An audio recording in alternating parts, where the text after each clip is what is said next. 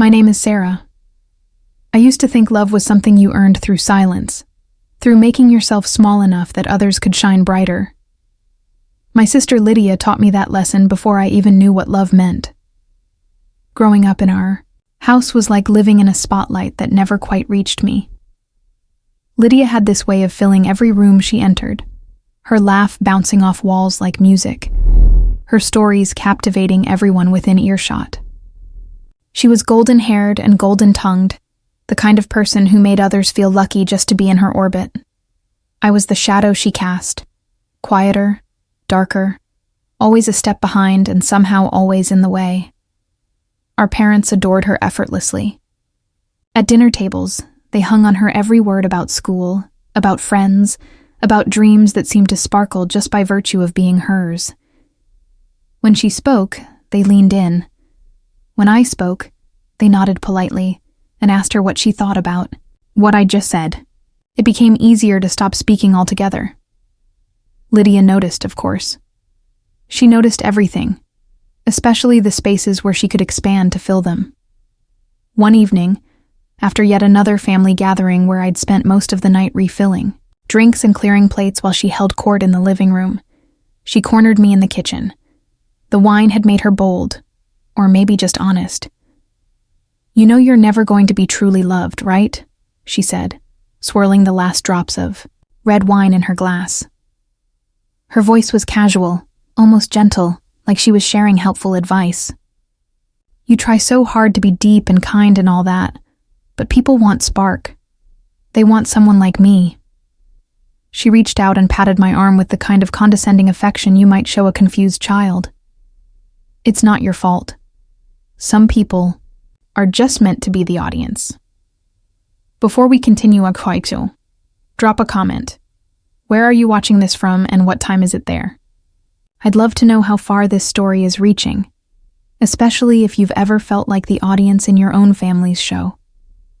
I stood there holding a dish towel, watching her walk away with that satisfied smile, and something inside me crystallized into a truth I didn't want to accept.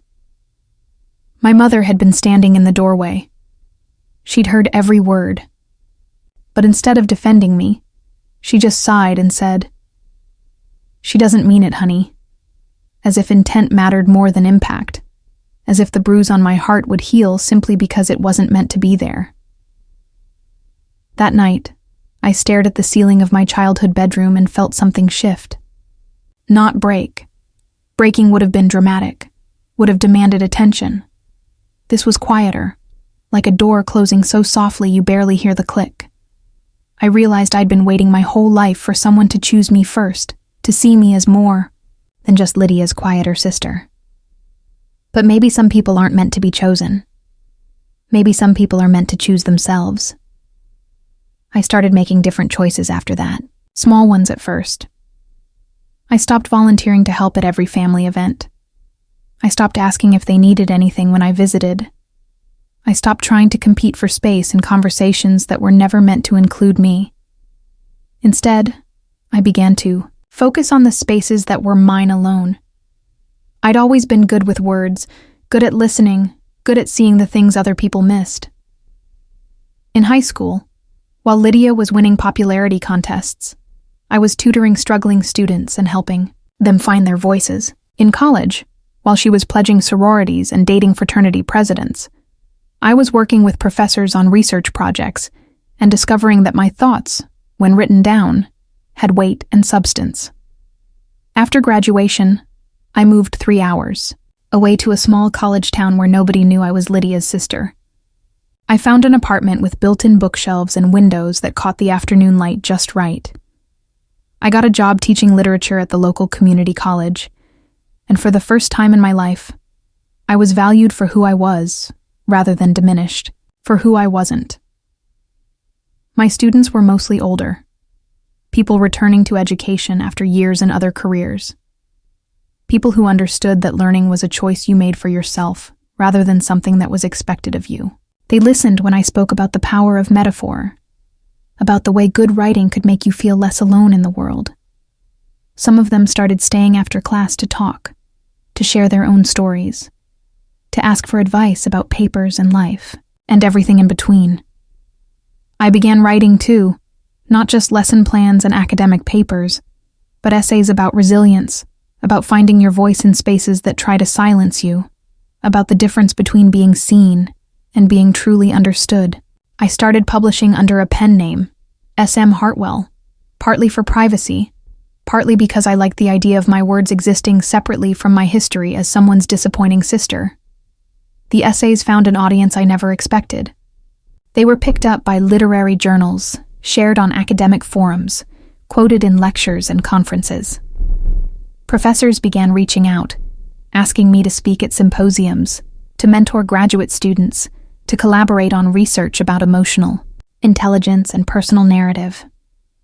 For the first time in my life, people were seeking me out not because of who I was related to, but because of who I was becoming. Meanwhile, Lydia's life continued to sparkle from a distance. I heard about it through our parents, through social media posts that showed up despite my attempts to limit my exposure. Her first engagement at 24, her dream job in public relations, her apartment in the city with the perfect lighting for Instagram photos. Her first wedding was everything she'd ever wanted, elaborate, photographed, shared with hundreds of people who all seemed genuinely thrilled to be celebrating her happiness. When that marriage ended after 2 years, I heard about it through my mother's worried phone calls. "She's having such a hard time," Mom would say, as if Lydia's struggles were somehow more significant than anyone else's simply because they belonged to her. I sent a card, something simple and supportive, but I didn't call. I'd learned by then that my comfort wasn't the kind Lydia needed. She needed applause, not empathy. I was 32 when she called me directly for the first time in almost 3 years. Her voice was different, brighter, more breathless than I remembered. "Sarah, I'm getting married again," she announced, as if this were news that would change my life as much as hers. "And you have to come meet him. You absolutely have to." I hesitated. The last family gathering I'd attended had been our grandfather's funeral 2 years earlier. And even then, I'd felt like an outsider looking in on other people's grief. But something in her voice, not vulnerability exactly, but a kind of insistence that felt almost desperate, made me curious. "When?" I asked. "This weekend. We're having an engagement dinner. Nothing fancy, just family and a few close friends. Daniel's been dying to meet everyone." She paused, and I could hear her smile through the phone. "He's perfect, Sarah. He's everything I've ever wanted." I agreed to come, though I couldn't entirely explain why. Maybe it was the teacher in me, always curious about human nature, about the stories people tell themselves and others. Maybe it was something smaller and more selfish, the desire to see if I could sit at my family's table as the person I'd become rather than the person I'd always been to them. The restaurant Lydia had chosen was exactly the kind of place she loved. Trendy, expensive, with lighting that made everyone look like they were starring in their own romantic comedy. I arrived exactly on time, having learned long ago that being early meant helping set up and being late meant apologizing for my absence from setup duties. Lydia was holding court at a long table near the window, her hand extended so the light caught her engagement ring just right. Daniel sat beside her, and I could see immediately why she'd chosen him. He was handsome in that polished way that photographed well, successful looking, the kind of man who wore confidence like a well-tailored suit. He looked like he belonged, next to her, like they were two halves of the same perfect whole. I hung back for a moment, watching the performance. This was how Lydia operated. She created scenes, moments that felt significant and beautiful, and then invited others to admire them. I was about to slip into my usual role as appreciative audience member when Daniel looked up and saw me. His face changed entirely. The polite smile disappeared, replaced by something I wasn't used to seeing directed at me, recognition that bordered on reverence. "You're the sister?" he asked, standing up so quickly he nearly knocked over his chair. "You're Sarah?" Lydia looked confused. her perfect composure flickering for just a moment. "Yes, that's my sister Sarah," she said, her voice carrying that familiar note of dismissal, as if my presence were exactly what everyone had expected, unremarkable and slightly disappointing. But Daniel wasn't looking at Lydia anymore. He was looking at me like I was someone important, someone worth knowing. "You didn't tell me," he said to Lydia, though his eyes stayed on mine. "You didn't tell me that was your sister." He extended his hand to me with a formality that felt almost ceremonial. "I've quoted you in my lectures," he said. "I've read everything under S.M. Hartwell. You mentored my thesis advisor at Columbia. Professor Martinez talks about you constantly. You're her?" The table had gone quiet. I could feel every eye turning toward us, but for once, the attention didn't make me want to disappear. I took his hand and shook it, feeling the weight of recognition in his grip. "I am," I said simply. Lydia was staring at us like we were speaking a foreign language. "I'm sorry, what?"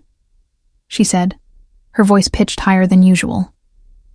"What are you talking about?" Daniel turned to her, his enthusiasm undiminished. "Your sister is S.M. Hartwell. She's one of the most influential voices in contemporary emotional intelligence research. Her essay on silent resilience changed how I understand trauma recovery. She's been shaping academic discourse for years." Watched Lydia's face cycle through confusion, disbelief, and then something darker. A look I'd never seen her wear before. It wasn't jealousy exactly. It was the expression of someone whose fundamental understanding of the world had just shifted beneath their feet. "That's impossible," she said, but her voice lacked conviction. "Sarah's just a community college teacher." The word "just" hung in the air like a slap. Daniel's eyebrows rose slightly, and I saw him register the condescension in her tone. Around the table, our parents and Lydia's friends shifted uncomfortably, sensing the tension, but not understanding its source. "She's a professor," Daniel said carefully, "and a published researcher, and a mentor to dozens of graduate students across the country." He looked at me with something approaching awe. "Your essay on finding voice in silence, I've assigned it in every class I've taught for the past 3 years." I felt something unprecedented happening. The room was bending toward me instead of away. Our parents were looking at me with expressions I'd never seen before, confusion mixed with what might have been respect. Lydia's friends were suddenly interested in the quiet sister they'd barely noticed upon arrival. "I don't understand," my mother said, her voice small. "Sarah, you never told us about any of this." The truth was complex, but my answer was simple. "You never asked." Lydia recovered her composure with the skill of someone practiced in maintaining center stage. "Well, that's wonderful," she said, her smile bright and sharp. "I had no idea you were so accomplished." The word came out like it tasted bitter. But Daniel wasn't finished. He pulled out his phone and began scrolling. "Here," he said, turning the screen toward the table. "This is your sister's work. She's been featured in the Journal of Applied Psychology, Educational Leadership Quarterly, and the American Journal of Community Psychology. Her research on mentorship and emotional resilience has been cited over 400 times." The silence that followed was the kind that makes you aware of your own breathing. I could see Lydia calculating, trying to figure out how this fit into her understanding of our family hierarchy. How could the sister she'd dismissed as forgettable have built something so significant in the spaces she'd never bothered to look? "I had no idea," our father said finally, and I heard something in his voice I'd been waiting my whole life to hear. Pride. Not the performative kind he'd always shown for Lydia's more visible achievements, but something quieter and more genuine. As the evening progressed, the dynamic continued to shift in ways that felt both surreal and inevitable. Daniel kept drawing me into conversation, asking about my current research, about the students I mentored, about my thoughts on educational reform. Other people at the table began to listen, to ask questions, to treat my answers as worth considering. Found myself talking about things I'd never shared with my family. The letters I received from former students. The conferences where I'd been invited to speak. The book proposal I was working on. Each revelation seemed to diminish Lydia's light a little more. Not because I was trying to outshine her, but because her brightness had always depended on my dimness. Lydia grew quieter as the night wore on. She smiled when appropriate, laughed, at the right moments played the role of gracious hostess, but I could see her struggling with something she'd never had to navigate before, being the less interesting person in the room. When Daniel excused himself to take a phone call, Lydia followed him outside. Through the restaurant window, I could see them having what looked like an intense conversation. Her hands moved animatedly while he stood very still, listening with the kind of patience that suggested this wasn't the first time he'd had to manage her reactions to unexpected developments. They returned to the table with matched smiles, but something had shifted between them too. Daniel was more careful with his enthusiasm, more mindful of including Lydia in every observation about my work, but the damage was done. He'd seen me as I actually was, and there was no unseeing that. As we prepared to leave, Daniel approached me while Lydia was saying goodbye to her friends. "I hope this wasn't uncomfortable for you," he said quietly. "I had no idea she didn't know about your work." "She knew I was a teacher," I said. "She just didn't think it mattered." He studied my face for a moment, and I could see him putting pieces together. The family dynamics, the careful distance I maintained, the way Lydia spoke about me like I was somehow less than. "For what it's worth," he said, "your work has mattered to a lot of people, including me." That night, I drove home through dark highways, replaying the evening in my mind. For the first time in my life, I'd been seen by my family as something other than Lydia's disappointing shadow. But the victory felt complicated, tinged with sadness, for the years of invisibility that had led to this moment. Lydia didn't call me the next day, or the day after that. When she finally did reach out, it was through a text message. "Thanks for coming to dinner." Daniel was impressed. Nothing more. No acknowledgement of what had happened. No curiosity about the life I'd built that she'd never bothered to discover. I realized then that some people can only see you in relation to themselves. Lydia had spent so many years defining herself as the successful sister, the special one, the one who mattered, that my achievements threatened the very foundation of her identity. She couldn't celebrate my success because it complicated her story about who we were supposed to be. But Daniel had seen something different. Over the following weeks, he began reaching out, not because of his connection to Lydia, but because of his respect for my work. He invited me to speak at a conference he was organizing. He asked for my input on a research project he was developing. He treated me like what I had always been but had rarely been acknowledged as, an expert in my field. Lydia's reaction to his continued contact was predictable. She began making subtle comments about how academics lived in ivory towers, disconnected from the real world. She suggested that people who spent their time thinking about emotions instead of living them were somehow deficient. She never attacked me directly. That would have been too obvious. But her implications were clear. The wedding planning became an exercise in careful navigation. I was invited to everything, included in all the traditional sisterly activities, but I could feel Lydia's watchfulness, her need to ensure that I never again became the center of attention in her presence. She began introducing me differently. "This is my sister Sarah, the teacher," as if reducing me to that single identifier could contain all the complexity of who I'd become. But something had shifted permanently. Daniel's recognition had been witnessed by too many people, had opened a door that couldn't be fully closed. My parents began asking about my work, tentatively at first, then with genuine interest. They started reading my published essays, sharing them with their friends. My father even called to tell me that his book club had discussed one of my pieces on family dynamics and healing. I wish we'd known. my mother said during one of these conversations. I wish you'd told us what you were doing. I tried to, I said gently.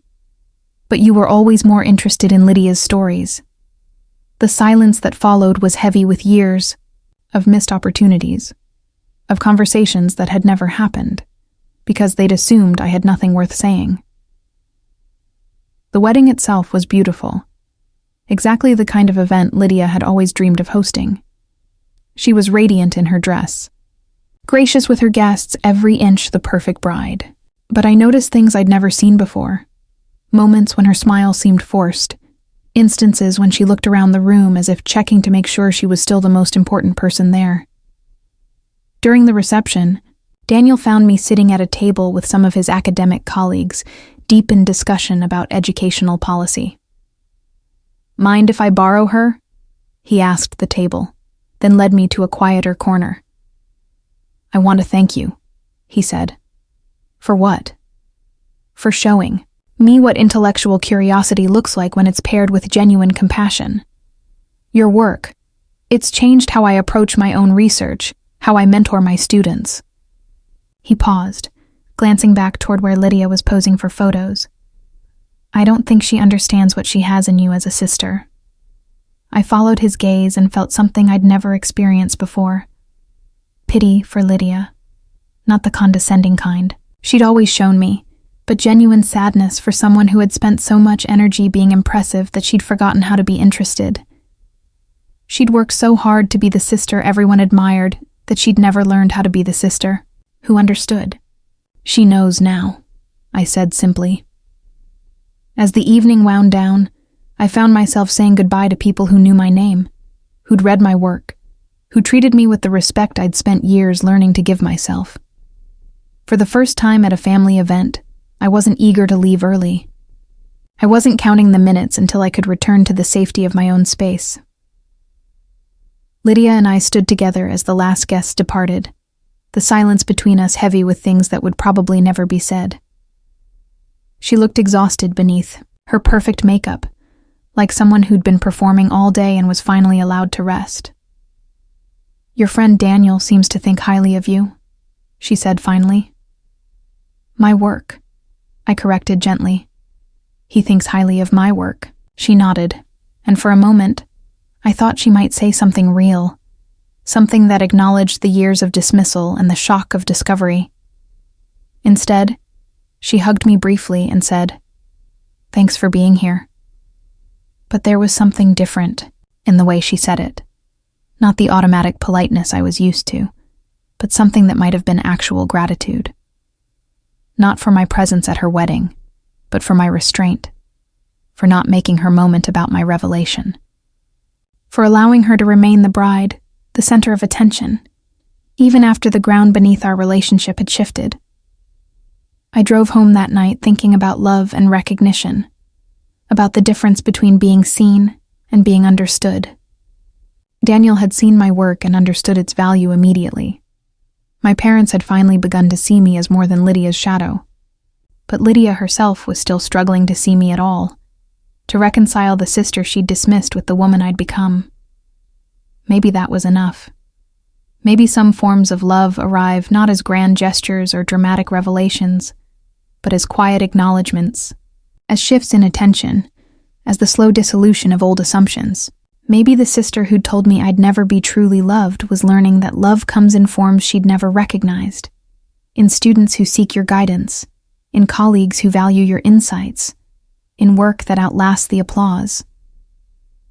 I thought about the girl I'd been, standing in that kitchen all those years ago, absorbing Lydia's verdict like a prophecy.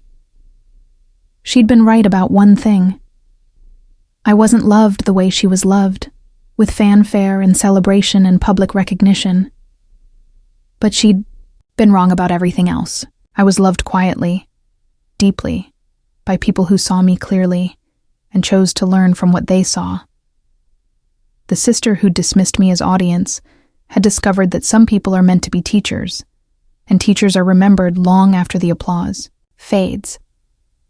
They'd deleted my name from their assumptions, but not from my story. And my story, I'd learned, was the only one that truly mattered.